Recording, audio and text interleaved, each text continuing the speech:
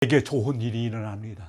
오늘 함께 묵상할 말씀은 로마서 2장 12절부터 16절 말씀입니다. 1983년도 미국에서 올해의 아버지라고 하는 영광스러운 상을 받은 사람이 있었습니다. 그 큰 나라에서 한 해에 한 사람을 뽑는 자리에 선발될 정도의 사람이면 얼마나 그 생활이 남보기에 선하고 의로워 보였겠습니까? 그는 코도 조도 보스라고 하는 특이한 이름을 가진 사람으로 고아 18명을 입양해서 키우고 있었습니다. 얼마나 대단합니까?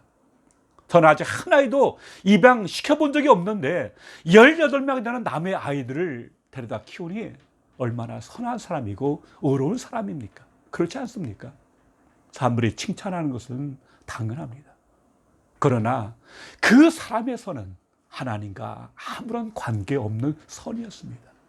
입양한 애가 자라서 14살, 15살의 사춘기를 갓 넘기면 한 놈씩 붙잡아다가 자기의 성적 희롱의 놀이개로 삼았다는 것입니다. 그래서 체포가 되었습니다. 사람이 스스로 선하다고 하는 것이 얼마나 가소로운 것인지를 보여주는 케이스입니다만 이게 먼 나라 이야기만은 아닙니다. 지금 대한민국을 발칵 뒤집어 놓은 유명 정치인의 성추행 사건, 이와 똑같지 않습니까? 사건을 더 지켜봐야 알지만 그가 성추행을 했다는 혐의를 벗기란 어려워 보입니다. 세상 모든 사람이 그래도 그 사람만은 아닐 줄 알았습니다. 우리는 이 사건을 통해서 사람이 얼마나 약한 존재이지, 밖에서 보는 사람의 선행이나 이미지가 얼마나 과도하게 포장되었는지를 알 수 있습니다. 이것이 꼭 그들만의 이야기는 아니지 않습니까? 우리의 이야기는 아닙니까? 흔히 사람들은 양심을 말합니다. 신앙이 있든 없든 나는 양심대로 살았다.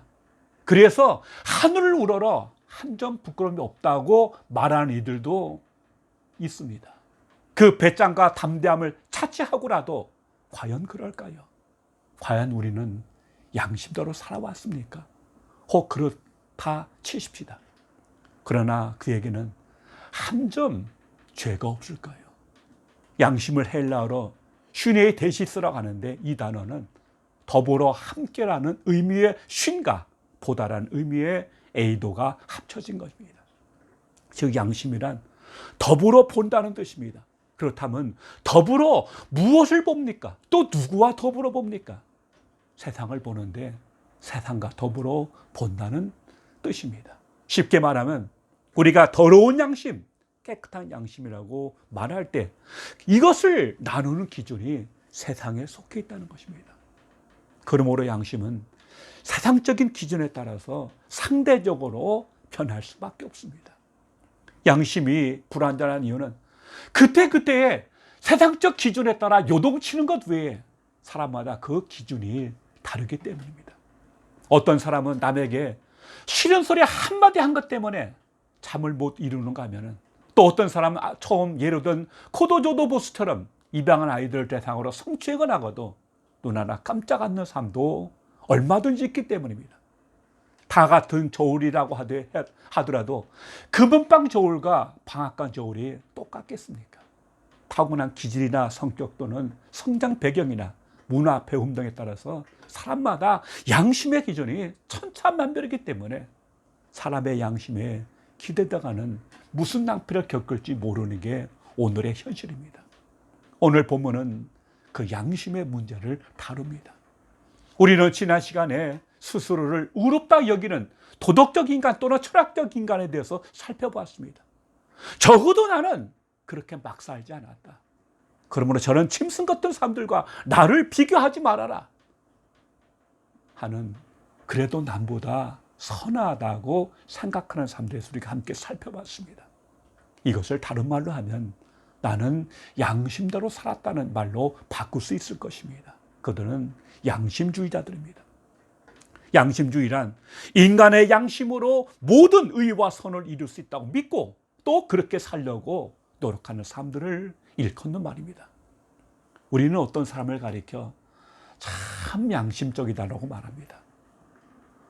또 그와 정반대의 사람을 보면 양심이 불량하다고 합니다. 성경은 양심에 대해서 다양하게 말합니다. 청결한 양심과 선한 양심을 말하는가 하면 또한 어떤 이들은 양심을 버렸다고도 말합니다. 이 말을 통해서 알 수 있는 것은 양심이 온전하지 않다는 것입니다. 인간의 죄를 지은 이후 인간의 양심 자체가 오염됐기 때문입니다. 양심은 불완전합니다. 그럼에도 불구하고 분명한 사실은 하나님께서는 인간의 마음속에 그 양심의 불꽃을 끄지 않으셨다는 겁니다. 오늘 본문에서 놀라운 사실은 양심이 하나님의 심판의 기준이 된다는 것입니다. 오늘 본문의 전체 주제는 하나님의 심판이 공평하다는 것입니다. 특별히 본문은 그것을 유대 율법과 양심을 가지고 설명합니다. 여기서 처음으로 유대인과 모세 율법이 나타납니다. 유대인과 이방인은 근본적으로 다릅니다. 그 다름의 결정적인 차이는 유대인은 율법을 듣고 그것을 소유하며 안식을 받아 회당에서 들은 반면 이방인들은 율법 없는 사람들이라는 점에서 그렇습니다. 반면 이방인에게는 율법을 들을 기회조차 없는 게 사실입니다. 그러나 본문은 이 둘 차이를 지나치게 강조하지 않습니다. 그들이 가진 도덕적 지식 측면에서나 그들의 범한 죄의 면에서나 또는 그들이 받을 심판에서나 유대인과 이방인 간에는 근본 차이가 없기 때문입니다. 그것을 바울은 12절에서 단도직입적으로 말합니다. 무릇 율법 없이 범죄한 자는 또한 율법 없이 망하고 무릇 율법이 있고 범죄한 자는 율법으로 말미암아 심판을 받으리라. 여기서 율법 없이 범죄한 자는 이방인을 가리키고 율법이 있고 범죄한 자는 유대인을 말합니다. 이 말은 하나님께서 심판의 날에 전적으로 공평무사하게 심판하실 것을 강조한 것입니다.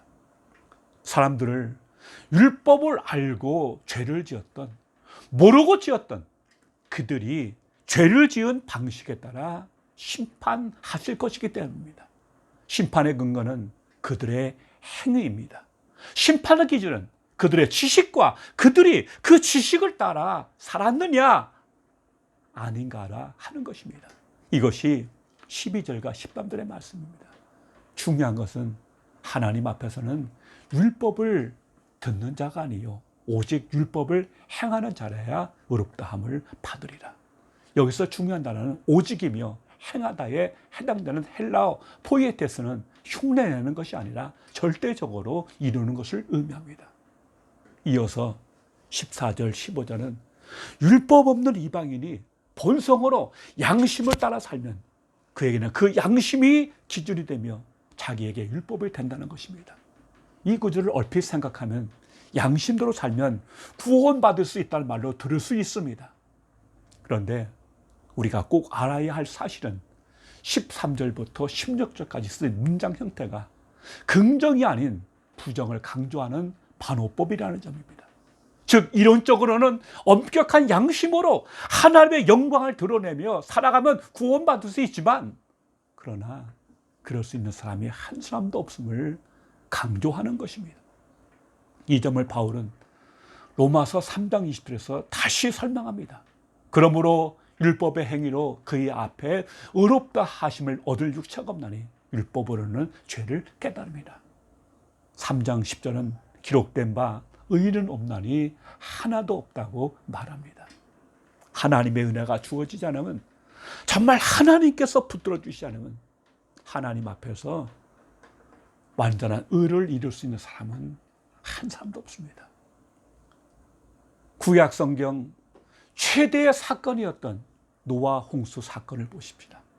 당시의 인구가 얼마인지는 모르지만 노아는 그 모든 사람들 가운데서 유일하게 하나님께 선택받은 사람이었습니다.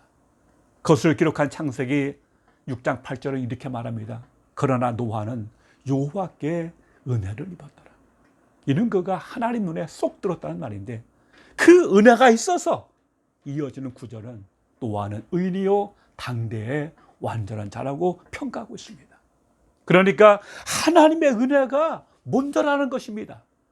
그 예는 홍수 이후 그가 포도주를 마시고 벌거벗고 잔 것이나 자신을 부끄럽게 여긴 함의 아들이자 자신의 손자인 가나안을 저주한 걸 보면 알 수 있습니다.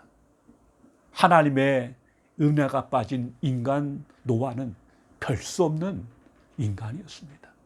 하물며 우리야 말할 나이가 있겠습니까? 노아 시대에도 지금처럼 양심을 운운하는 삶이 없었겠습니까? 다들 양심을 말하고 다들 나같이만 살라고 해. 혹은 너나 잘하세요 하면서 스스로의 의로움을 과시했지만은 그것들은 하나님 앞에서 아무런 가치가 없는, 마치 아담과 하와가 나뭇잎으로 만든 치마와 같았습니다. 여러분, 인간의 양심 혹은 자기의라는 것은 상대적인 것입니다. 이는 마치 2m를 뛰어야 합격인데 나는 190을 뛰었는데 쟤는 150밖에 못 뛰었다 하면서 우쭐대며 자랑하는 것과 같습니다. 하나님의 평가는 절대평가입니다. 그러므로 절대치 2m가 안 되면 얼마나 뛰었던 1마다 99라도 불합격이라는 사실을 잊지 말아야 합니다. 그러므로 양심의 법으로 하나님의 기준을 만족시킬 수 없었다는 사실을 기억합니다. 그러므로 그들에게 주어지는 것은 심판밖에 없습니다. 더욱이 오늘 본문은 심판의 계절을 분명히 말합니다. 16절 하반절에서 뭐라고 합니까? 하나님은 사람들의 은밀한 것을 심판하신다고 말씀하고 있습니다. 여기에서 은밀하다에 해당되는 헬라어 크립토스는 감추어진 것을 뜻하는 단어입니다. 우리가 아무리 그럴듯하게 변명을 잘하고 완벽하게 포장을 했다 하더라도 하나님 앞에서는 통하지 않습니다. 우리가 병원에 가서 MRI 찍으면 우리 눈에 보이지 아니하는 몸의 부분들이 속속들이 드러나는 것처럼 하나님의 불꽃 같은 눈앞에서 드러나지 않을 우리의 은밀한 자가 없겠습니까?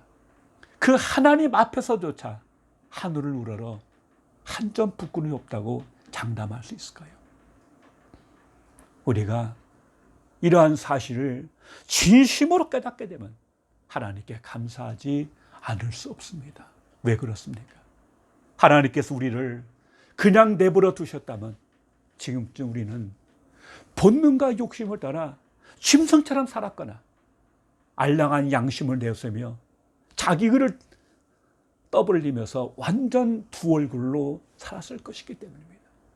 지금도 여전히 부족하지만 하나님께서 그런 우리를 불러주셔서 우리의 실상이 어떠한지를 깨닫게 해주셨고 예수 그리스도를 알고 믿게 해주셨습니다. 그래서 오늘 우리가 여기 있는 게 아닙니까?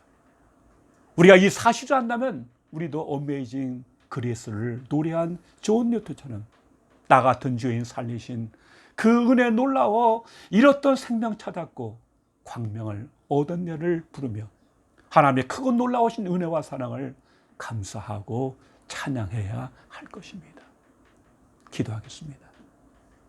아버지 하나님 감사합니다. 참으로 어두운 죄의 밤에서 허덕이면서 갈 길 몰라 방황하며 본능과 욕심과